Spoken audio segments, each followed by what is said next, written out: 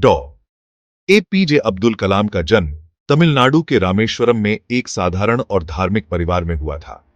उनका बचपन बेहद सादगी और अनुशासन में बीता, जहां परिवार के संस्कारों का गहरा प्रभाव था। उनके पिता नाव के मालिक और मस्जिद के इमाम थे, जो ईमानदारी और सच्चाई के प्रतीक माने जाते थे। मां एक स्नेही और मेहनती गृहिणी थीं, जिन्होंने अपने बच्चों को हमेशा अच्छे संस्कार दिए। परिवार की आर्थिक स्थिति कमजोर थी, लेकिन कलाम ने कभी हार नहीं मानी। उन्होंने बचपन में ही अखबार बांटने का काम शुरू किया, ताकि घर की मदद कर सकें और अपनी पढ़ाई जारी रख सकें। यह अनुभव उनके लिए बहुत महत्वपूर्ण था। उन्होंने मेहनत का मूल्य, समय की कद्र और जिम्मेदारी निभाने की कला सीखी। छोटी उम्र में ही उन्होंने जीवन के संघर्षों का सामना करना सीख लिया था। उनका मन हमेशा जिज्ञासा से भरा रहता था। वे उड़ते पक्षियों को देखकर विज्ञान पे सवाल पूछते थे। उनके मन में हमेशा जानने की ललक थी कि पक्षी कैसे उड़ते हैं, आकाश में क्या है। उनके शिक्षक ने उनकी जिज्ञासा को पहचाना और उन्हें विज्ञान की ओर प्रेरित किया। शिक्षक की प्रेरणा से कलाम के भीतर वैमानिकी और विज्ञान के प्रति गहरा लगाव पैदा हुआ, जिसने उनके सपनों को दिशा दी। रामेश्वरम का सांप्रदायिक सद्भाव, मंदिर और मस्जिद के बीच पले बढ़े कलाम ने सभी धर्मों का सम्मान करना सीखा। उनके गांव में सभी धर्मों के लोग मिलजुल कर रहते थे, जिससे उन्होंने एकता और भाईचारे का महत्व समझा।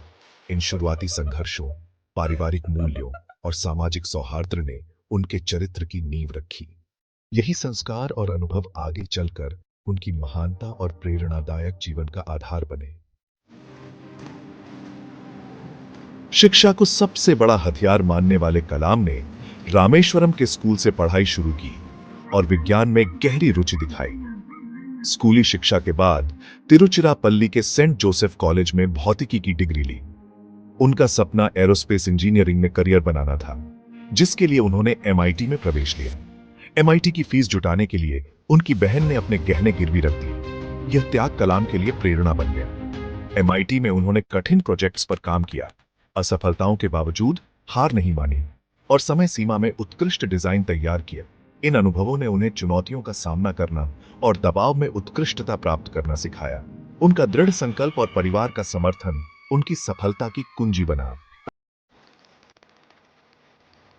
इंजीनियरिंग की पढ़ाई पूरी करने के बाद अब्दुल कलाम का सपना था कि वे भारतीय वायुसेना में पायलट बने।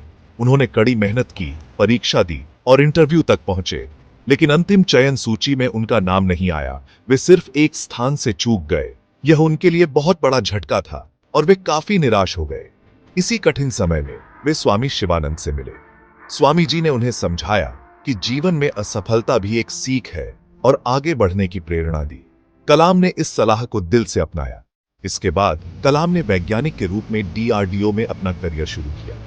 कुछ वर्षों बाद वे आईएसआरओ में शामिल हुए और भारत के पहले स्वदेशी उपग्रह प्रक्षेपण यान SLV-3 के परियोजना निदेशक बने।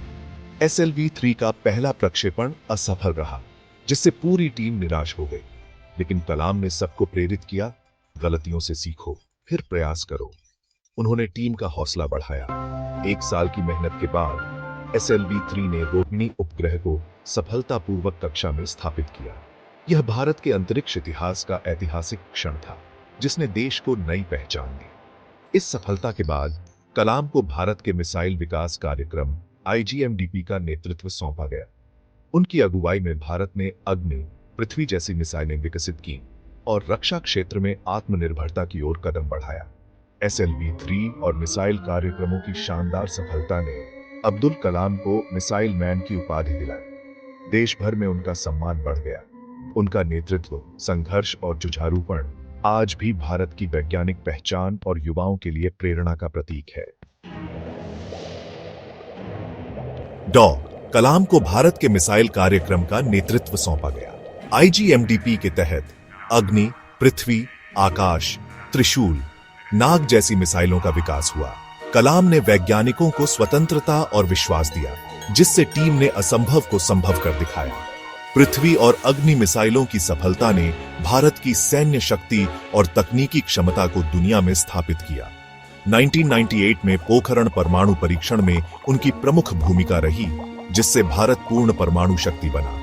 अंतर्राष्ट्रीय दबाव के बावजूद उन्होंने देश की सुरक्षा को सर्वोपरि रखा। इन उपलब्धियों ने उन्हें भारत का सबसे सम्मानित वैज्ञानिक बना दिया। उनका योगदान देश की रक्षा और आत्मनिर्भरता के लिए अमूल्य रहा। 2002 में डॉ. एपीजे अब्दुल कलाम भारत के 11वें राष्ट्रपति बने। यह एक ऐतिहासिक क्षण था, क्योंकि वे बिना किसी राजनीतिक पृष्ठभूमि के इस सर्वोच्च पद तक पहुंचे। एक वैज्ञानिक, एक शिक्षक और एक दूरदर्शी के रूप में उनकी पहचान थी, और उन्होंने राजनीति से परे रहकर देश की सेवा की। राष्ट्रपति भवन को उन्होंने जनता का भवन बना दिया। इसके दरवाजे आम लोगों, खासकर बच्चों और युवाओं के लिए खोल दिए। वे मानते थे कि देश का भविष्य युवाओं के हाथ में है और उन्हें आगे बढ़ने के लिए प्रेरित करना सबसे जरूरी है। जनता के राष्ट्रपति के रूप में वे देश भर के स्कूलों और कॉलेजों में जाकर युवाओं को बड़े सपने देखने, कठिन परिश्रम करने और अपने लक्ष्य के प्रति समर्पित रहने के लिए प्रेरित करते थे। उनकी बातें युवाओं के दिलों में उम्मीद की किरण जगाती थीं। उनका प्रसिद्ध कथन, सपने वो नहीं जो आप सोते वक्त देखते हैं, सपने वो हैं जो आपको सोने नहीं देते, युवाओं का मंत्र बन गया। इस विचार ने लाखों युवाओं को अपने सपनों के पीछे भागने की हिम्मत दी। राष्ट्रपति कार्यकाल के बाद भी वे फिर से पढ़ाने और युवाओं से संवाद करने लगे। वे हमेशा मानते थे कि शिक्षा ही समाज को बदलने की सबसे बड़ी ताकत है। 2015 में शिलांग में व्याख्यान देते समय उनका निधन हुआ। वे आखिरी सांस तक लोगों को प्रेरित करते रहे। उनका जीवन एक सच्चे शिक्षक और मार्गदर्शक का उदाहरण है। डॉ. कलाम का जीवन दिखाता है कि विनम्र शुरुआत से भी कोई व्यक्ति अपने सपनों और मेहनत के बल पर राष्ट्र का सर्वोच्च पद पा सकता है और लाखों लोगों के लिए प्रेरणा बन सकता है। डॉ. कलाम न केवल वैज्ञानिक और राष्ट्रपति बल्कि प्रेरक लेखक भी थे। विंग्स ऑन अ फायर में उन्होंने अपनी संघर्षपूर्ण यात्रा और सपनों की कहानी साझा की। इंडिया 2020 में भारत को विकसित राष्ट्र बनाने का रोड मैप प्रस्तुत किया। इग्नाइटेड माइंड्स में युवाओं की शक्ति और आत्मविश्वास पर जोर दिया। उनकी लेखन शैली सरल और प्रेरक थी। हर किताब में आशा और सकारात्मकता झलकती है। उन्होंने माई जर्नी, टर्निंग पॉइंट्स जैसी कई किताबें लिखी जो आज भी युवाओं को प्रेरित करती हैं। उनकी किताबें ज्ञान और प्रेरणा की अमूल्य विरासत हैं। डॉ. कलाम का जीवन कई प्रेरक सूत्रों से भरा है। पहला, बड़े सपने देखें।